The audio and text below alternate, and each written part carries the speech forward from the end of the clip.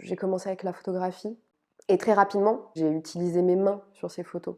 Je les ai brodées ces images, il y avait quelque chose de répété, de répétitif. C'est venu comme un besoin de rendre la photographie tactile, de faire que c'était un objet que l'œil pouvait toucher. Puis ce geste, il a évolué, c'est plutôt le corps qui a pris le pas.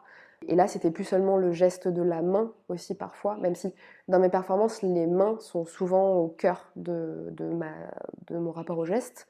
On dit se mettre dans les chaussures de telle ou telle personne, moi c'était me mettre dans les mains de quelqu'un d'autre et de reprendre, de refaire, en fait de réactiver les gestes que j'avais pu voir de quelqu'un, souvent d'un proche, et ça a commencé par ma grand-mère, ça a commencé par mon grand-père, et de comme ça avoir l'impression aussi de me mettre un peu dans leur corps et de faire avec eux. Les grenades, c'est vraiment ça, c'est un geste, un souvenir d'enfance.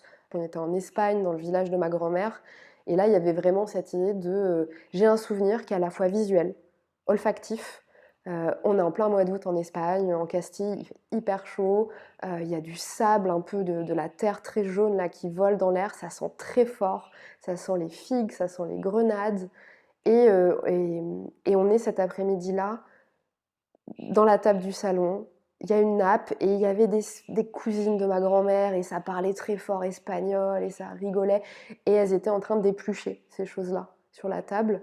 Et cette performance-là où je passe peut-être 20-30 minutes à éplucher une grenade, dans ma famille on dit espépiner, on enlève les grains de grenade comme ça.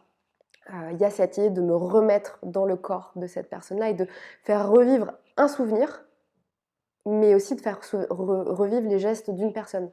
Et toujours maladroitement, jamais à l'identique, parce qu'en fait, un souvenir, il est malléable, et il sera peut-être pas tout à fait le même dans 5, 10 ans, 15, 20 ans. Donc c'est réactiver quelque chose à un instant T et jamais à l'identique. Et généralement, quand je fais des moulages, quand je fais des coulages, quand je fais des objets sculpturaux comme ça, je les transforme. Soit je transforme même la forme de l'objet. Les vierges, elles sont en béton et elles sont torsadées en fait. Il y a des vierges qui n'ont plus de tête, il y a des vierges qui sont totalement tordues, un peu buboniques par endroits. Vraiment, elles ont des formes. Parce qu'au moment de la coulée, j'ai totalement modifié mes moules.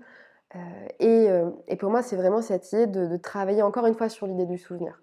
Parce que, comme je te disais tout à l'heure, le souvenir, pour moi, c'est quelque chose de malléable, c'est quelque chose de pas fixe, c'est quelque chose de pas immuable, c'est quelque chose qui, d'une heure à une autre, parfois se transforme, se modifie. Et donc, quand je cherche à le réactiver ou à le matérialiser dans un objet, eh ben, je veux matérialiser ça aussi. Je veux matérialiser cette idée de fluidité, cette idée d'effacement aussi du souvenir. Parce que si le souvenir il est malléable,